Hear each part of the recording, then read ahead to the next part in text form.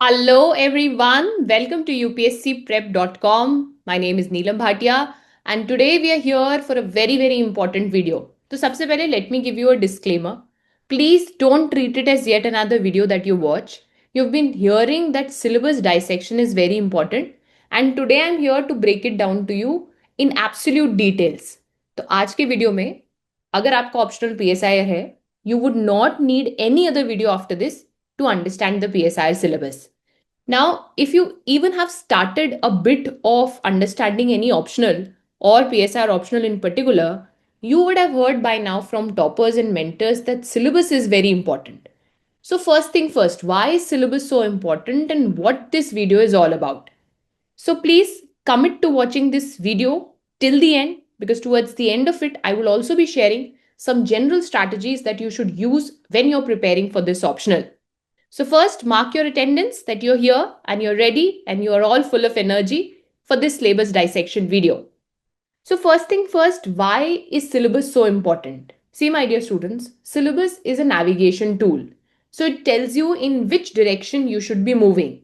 And when you're moving in the right direction, chances are that you're going to reach to your destination. So the only thing that is in control when it comes to your UPSC preparation is syllabus because you literally know in which direction you have to go. Now, this becomes all the more important for your optional. One, because the syllabus is very detailed, so you can literally stick to the syllabus and score good marks. And second, because you choose this optional for its overlap. So it is also very important to understand how this syllabus, particularly of the PSR optional, is also going to be helpful to you in your GS preparation. So what is the agenda of this video? I'll walk you through how does the PSR syllabus look like. So if you're a beginner, this is going to tell you which section, what does that section contain, what are the highlights of that section. I'll also be giving you my PYQ analysis. So after analyzing about 13 years of PYQs, which by the way, we have compiled thematically, and if you would like to access that, we'll link it with this video. You can access that PDF as well. So using the analysis of those 13 years questions, we have dissected what are the areas which are often repeated in every section. So that is also going to be very helpful to you while you're navigating through your syllabus. So let's get started and let us begin. Now, first thing first, my dear students, when it comes to PSIR, you must know why this is one of the most strategic optionals. अभी strategic क्यों बोल रहे हैं? Why are we calling it as a strategic optional? So you must have heard that there is a huge overlap, but it is also very important to know where this overlap is so that आप अपनी पढ़ाई को भी उसी तरीके से structure कर सकते हैं so that accordingly you can structure your preparation. Now if you see here, I have clearly written that it has overlap with these areas. So PSIR syllabus has a good overlap with your GS paper 2 polity section. In PSIR, you will find it in paper 1 section B. So topics like federalism, different types of commissions, constitution, the basics remain the same. And this is where it is very helpful to you in your GS paper 2. Now the same paper of GS paper 2 also has IR. And again, PSIR has a dedicated section to IR. You see it in paper 2 section A and you see it in paper 2 section B also. Now a good overlap is there with GS paper 4 ethics also. And this is where you read your concepts, where you read your Western political thought, you read about democracy, you read about justice, equality, you read scholars like Aristotle, Rawls. All of that is very helpful in your ethics preparation as well. And this you find in paper 1 section A of your PSIR syllabus. Not very talked about, but in fact this optional is very helpful in your GS paper 1, the world history section also. And I'll tell you why. Because in your paper 2 section A, we read about Cold War, we read about NAM, we talk about US hegemony, the bipolar world order, and all of that is again part of world history. So you do get benefited in your GS paper 1 as well. And needless to say, a huge overlap with your prelims polity. So if you kind of prepare it together, you will literally be able to prepare for a good section of your prelims and not to mention even for your IR section of prelims.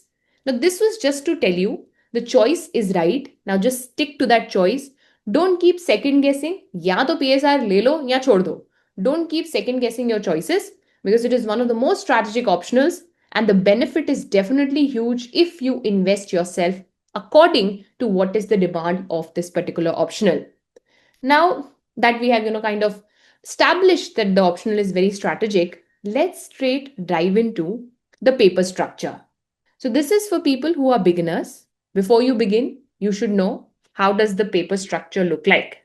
Now, my dear students, you have two papers when it comes to optional, and every paper in PSIR optional has two sections. So your paper 1, section A, is political theory and political thought. Now I'm going to tell you what is the syllabus, how have the questions been repeated, what you should keep in mind while studying this.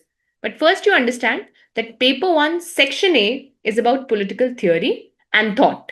Now similarly, paper 1, section B or part B is about Indian government and politics, and paper 2, section A, is about comparative politics and IR, and paper 2, section B, is about India and the world. Now, if you are an absolute beginner, first you should remember this structure, because this is how we are going to understand what to read in newspapers as well. So make sure that you are aware of the structure even before we begin. Now remember, my dear students, a very good advice that I can give you or anybody else should give you when it comes to PSR optional is to take out a printout of the syllabus and keep it with you at all times. हमेशा अपने साथ आप printout जरूर रखें. How that helps you is eventually you end up memorizing the syllabus, so you exactly know what to read, and it is also very helpful to navigate through your newspapers and identify what is to be read and what is to be left. So if you are a beginner and you don't have a printout, make sure that you first get the printout of the PSIR syllabus. That should be your step number 1. Now, my dear students, let's not waste any time and go to paper 1 part A. So this is your paper 1 part A, my dear students.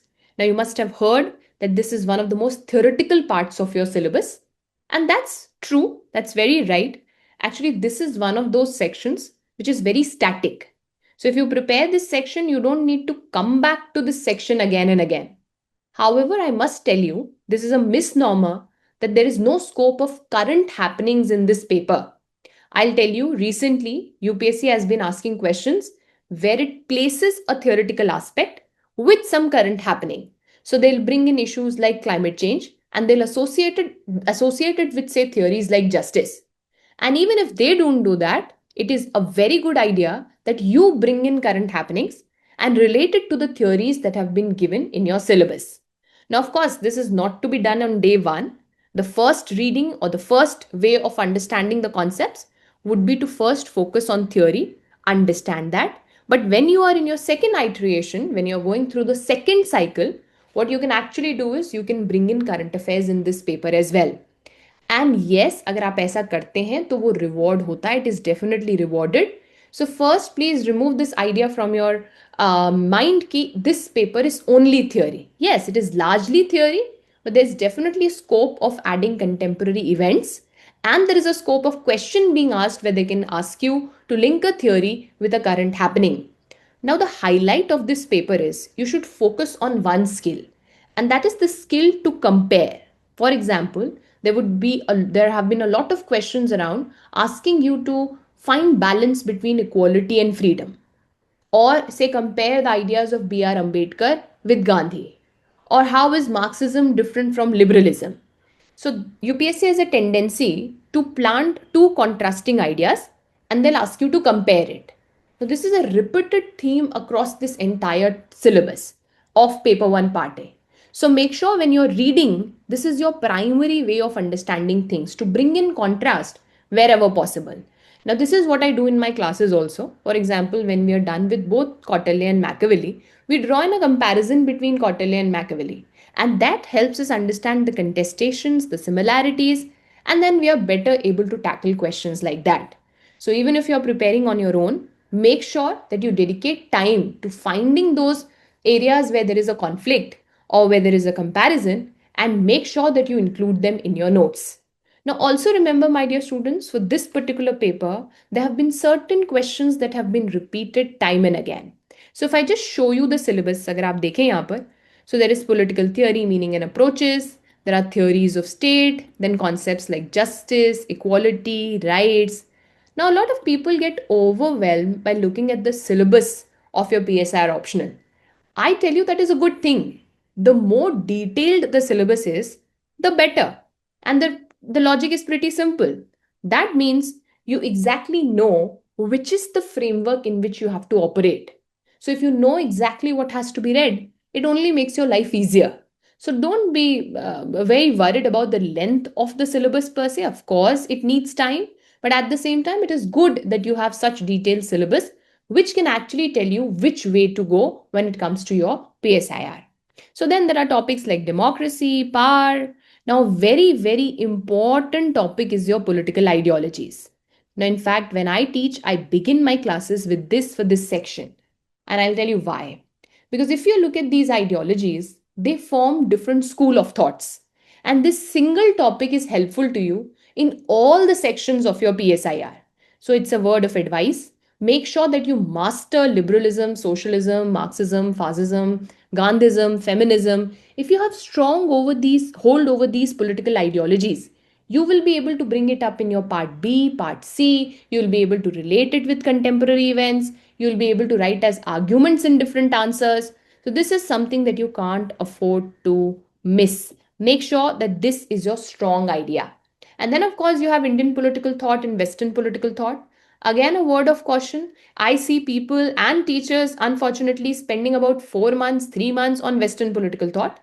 Again, it is very interesting, very important, but at the same time, you need to remember that in terms of marks, there is no special advantage of doing this thought wala portion for 4 months, because at the end of the day, you will get one or two questions.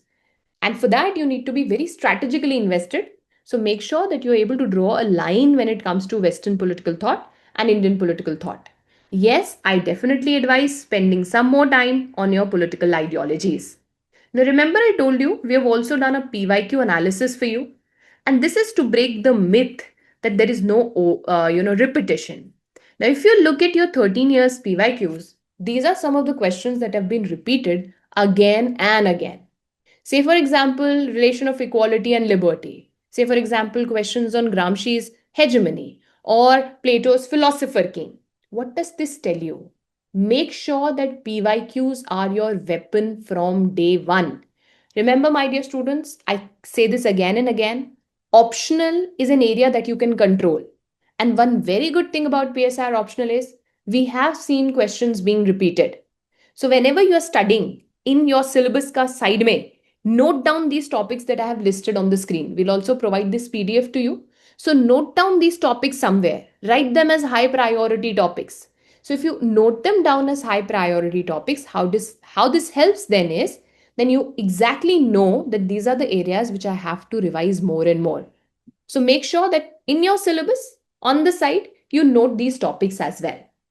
Now, my dear students, when it comes to paper 1 part A, I also want you to understand what are some ways to read these thinkers, because a lot of you face problems with respect to how do we read thinkers.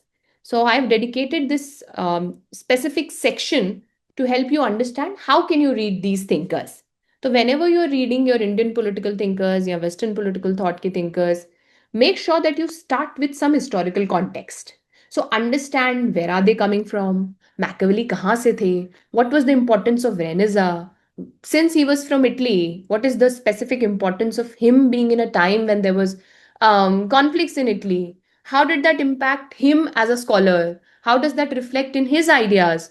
Or what were the times of Mahatma Gandhi? Or what were the times of B.R. Ambedkar? Or what were the times of M.N. Roy? Or how was it different from the times of, say, Machiavelli? Now, with this, I want to give you a very specific advice as to how do you study these thinkers.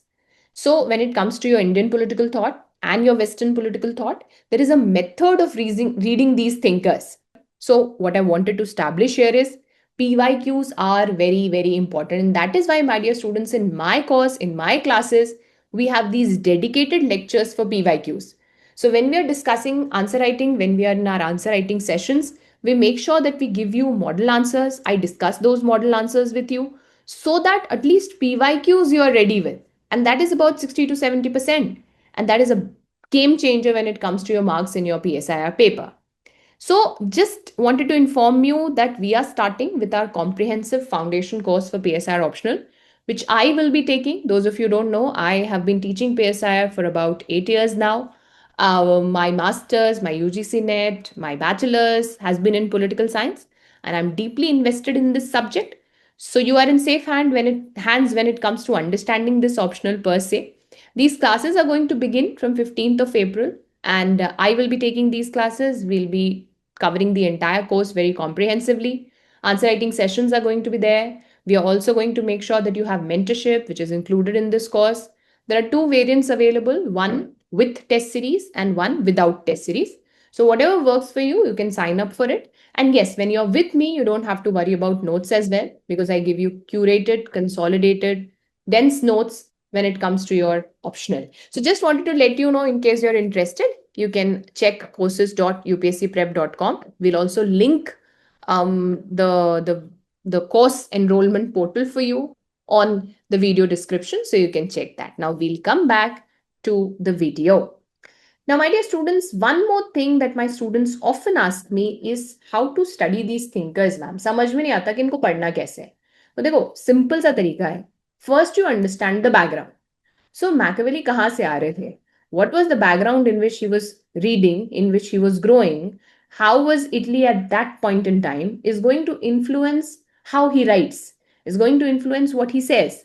So the first thing that you must do is to understand the background of that scholar, of that thinker. So sure, they're not going to ask you questions on anybody's background, but without understanding the background, it will be very difficult for you to understand the core ideas. Now, when it comes to core ideas, make sure that you know the concepts that that thinker has highlighted. And for each concept, you should know the definition. So you should exactly know who is a philosopher king. You should exactly know, when it comes to allegory of the cave, what was the exact concept. So know the definitions very nicely and know the concept very nicely. And then if there are some arguments given by that thinker, to justify it. So why was Plato in favor of philosopher kings being kings? And why did he believe that they should be ruling? What was his argument? Why did Aristotle believe in slavery? So what were his arguments when it comes to defending slavery? So know the arguments, know the concepts, know the definition. Also, if there are some major works of that particular thinker, you should memorize them. It comes in handy when you are introducing a particular thinker for a particular question. Also, you should have a fair idea of the timeline. And if there is some comparison that can be done or has been asked in your previous year's questions, then make sure that you do that as well. And yes, I'm sure the material that you're using will have critiques. So if there have been some major critiques, their names, that comes in very handy for questions on critical analysis.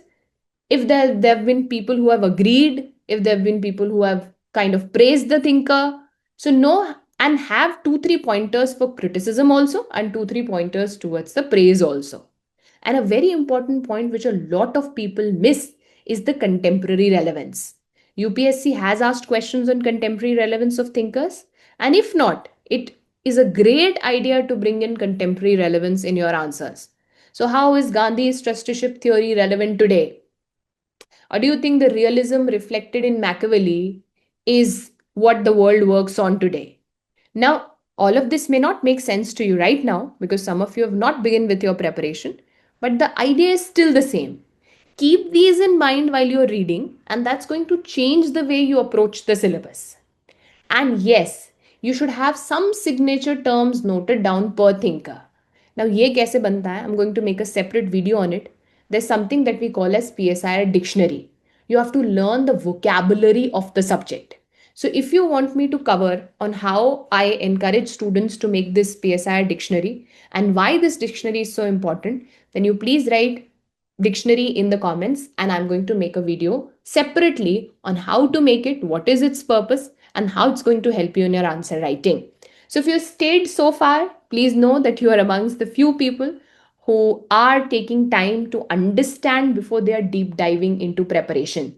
It is important to first understand the know-hows and then be there and stick to it. So this was about, my dear students, paper 1 part A. Now what is paper 1 part B? Now paper 1 part B is Indian government and politics. तो कई बार मैं student से पूछती हूँ कि syllabus पढ़ने में problem क्या आती है, why are you not able to read the syllabus, इतनी बार तुम्हें कहते हैं कि सिलेबस पढ़ो. So one common thing that I hear is it's ma'am very boring. Who reads the syllabus? It's so boring to read the syllabus. And I want you to think about something. When you were in school, the first thing that we used to get when we had our new session was the syllabus. It's the same thing. And at that time we were very particular of ticking कि ये मेरा topic हो गया revision के लिए board exam etc. Now suddenly when you are in your UPSC cycle you think syllabus is boring or is not relevant. It is all the more relevant now. The stakes are high. 10th class की marksheet का फिर भी कुछ नहीं करते.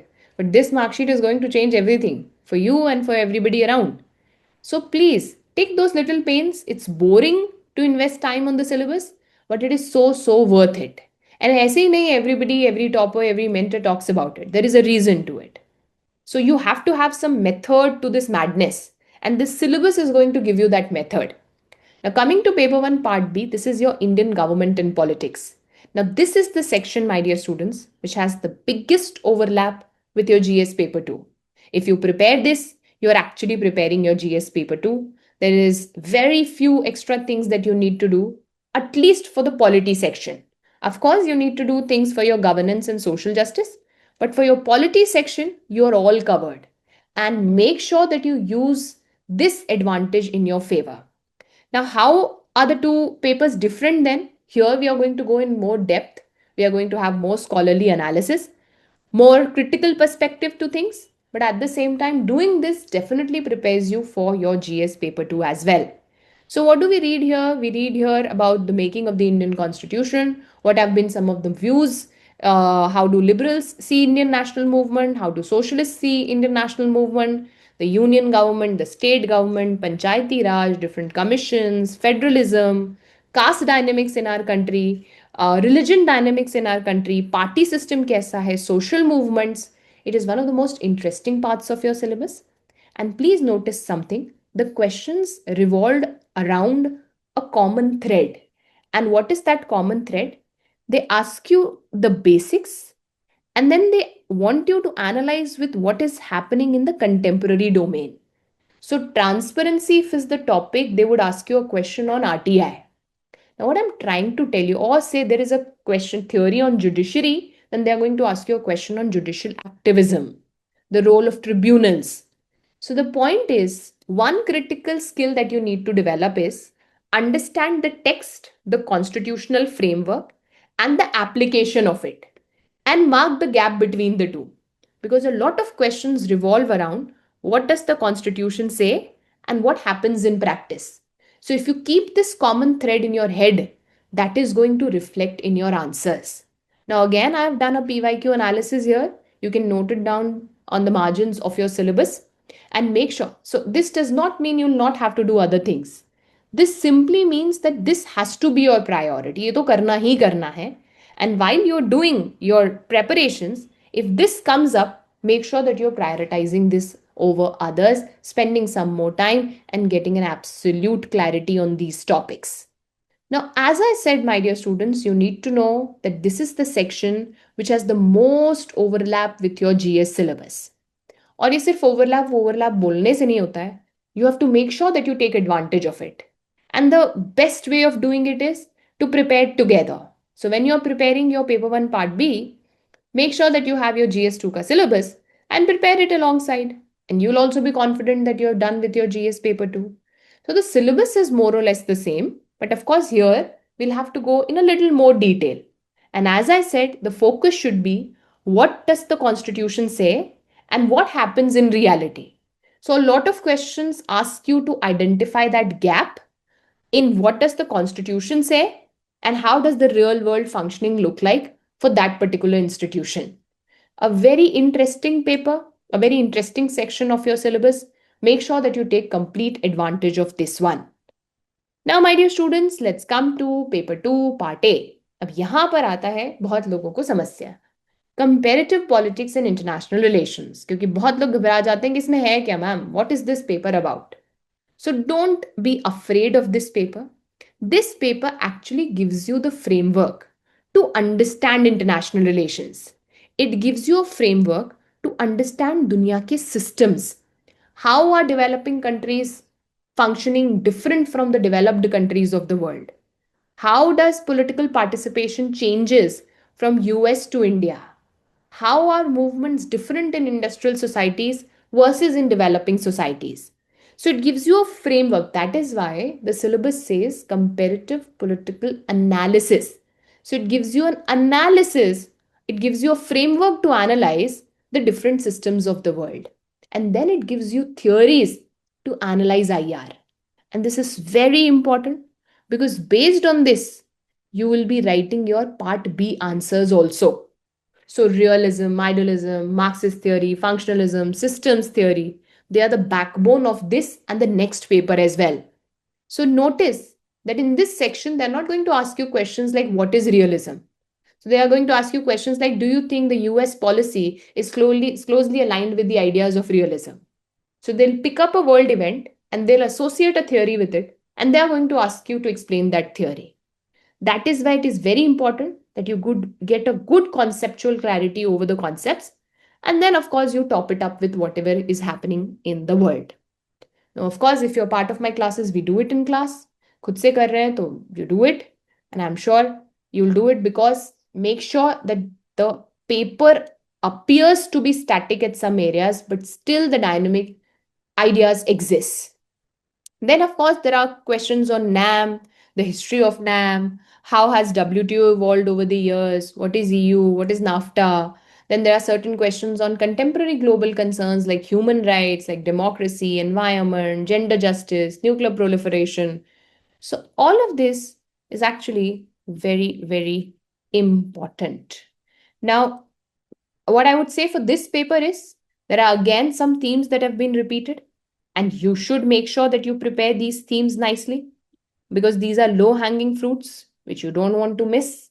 But please make sure that you, while you're preparing this paper, focus on what this paper wants you to understand. It wants to tell you the political system and how do political systems behave differently. So why is it different in industrial societies versus why is it different in developing societies? You get answer to questions like कि लोग ऐसा क्यों करते हैं? Why does US attack the world?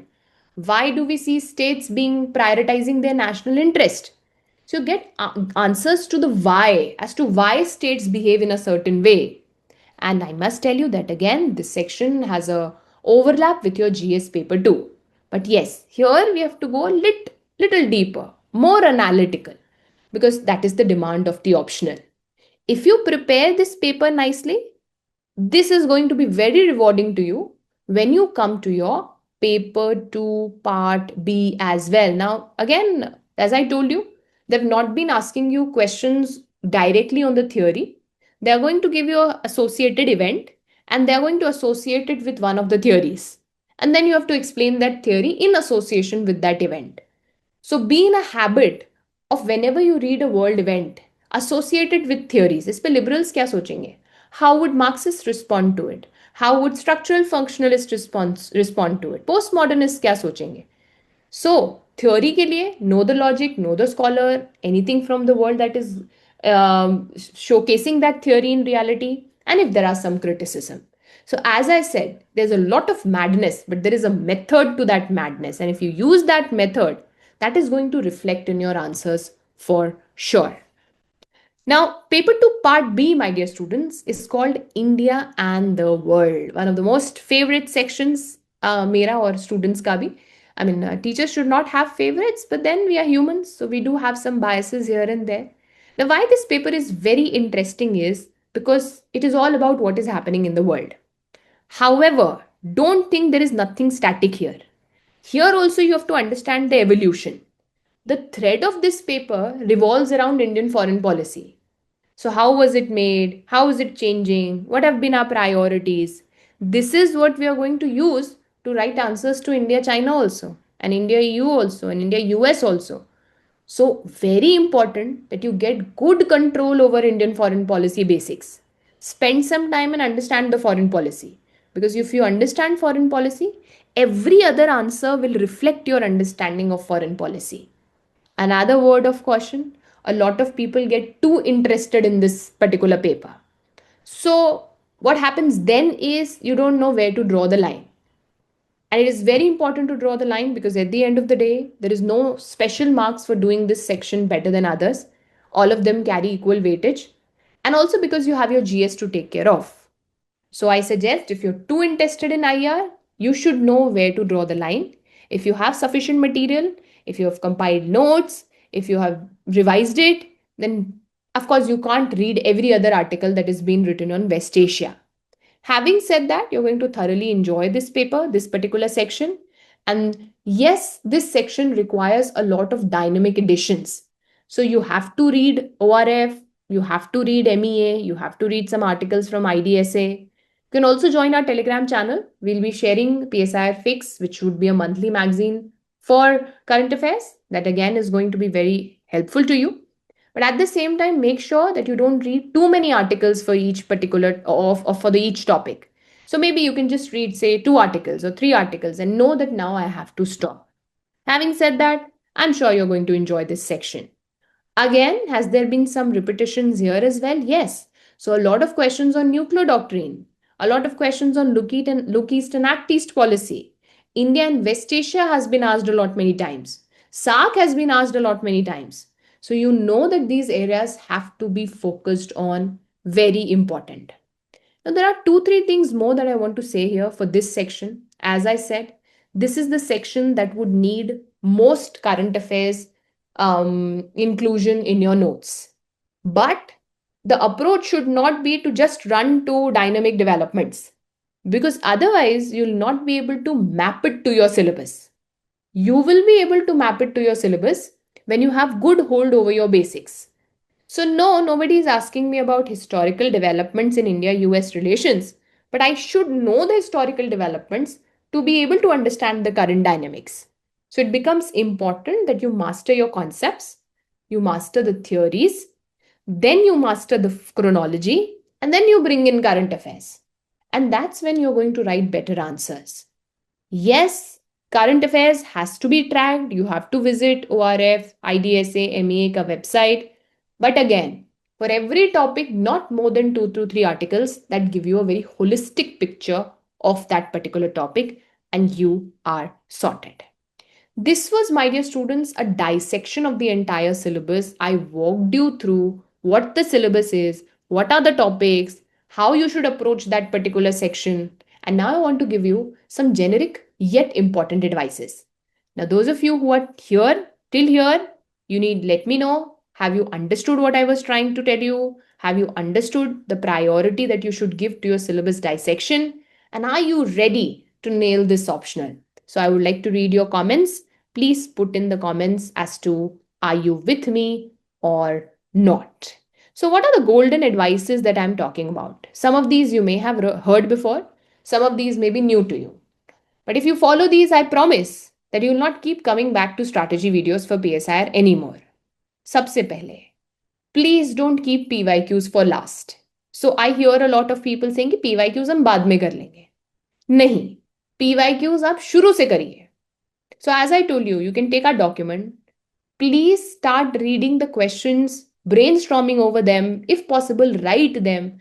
That is why in my class, I make sure that we do PYQs after every session. Why? Because the benefit is huge. It's like you know this works, but you still don't do it. So please, PYQs को शुरू से करना शुरू करें. Please don't keep it for later. Please do answer writing consistently. It's an art to learn answer writing in PSIR. It does not come on day one. एक दिन में नहीं आएगा. It's an art that develops over time. Time लगता है answer writing को develop करने में. And therefore, you don't have to write answers from day one. Even if you're not able to write answers, that's fine. Can you just summarize a editorial? Can you just summarize today's class? Write something. Writing something is going to teach you how to write better. And over time, you're going to improve greatly. That's my promise.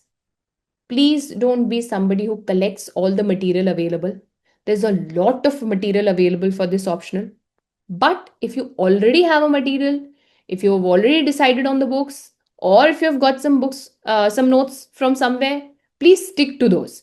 I'm sure when you were picking up those notes, there was some logic behind those notes.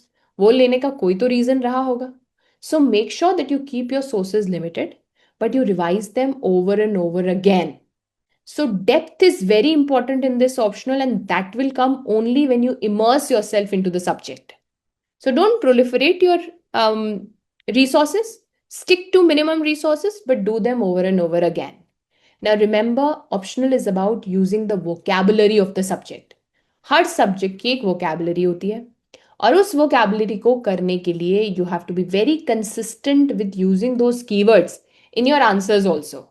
That is why I recommend you should maintain a PSIR dictionary. As I said, if you want, I'm going to make a video on it. In that PSIR dictionary, you should keep writing these keywords so that they can reflect in your answers. इसीलिए, as I said, maintain a diary, maintain a dictionary where you keep writing these keywords and their definitions and keep revising them. So over time वो आपकी भाषा बन जाएगी. It will become your language, and that's going to make you score good marks in the paper. Make sure that theory is not just theory. You bring in something current into your theoretical questions also. Make it a habit to read editorials that are very helpful to learn comprehension, which would be needed for this particular section. Now, I know I'm repeating it again, but I don't know how many times do I tell you PYQs are very important. And if you have identified those themes and prepare according to those themes, that's going to change everything. One more advice: for everything, try to look for counter arguments. So, the more comprehensive your answers are, especially your 20 markers, you have presented one side of the story, see if there is a second side of the story as well. The arguments, back them up with counter arguments. The more ability you have to present both sides of the story, the better you are going to score. And yes, as I said, bring in real world examples to even theoretical answers. But lastly, please prioritize clarity.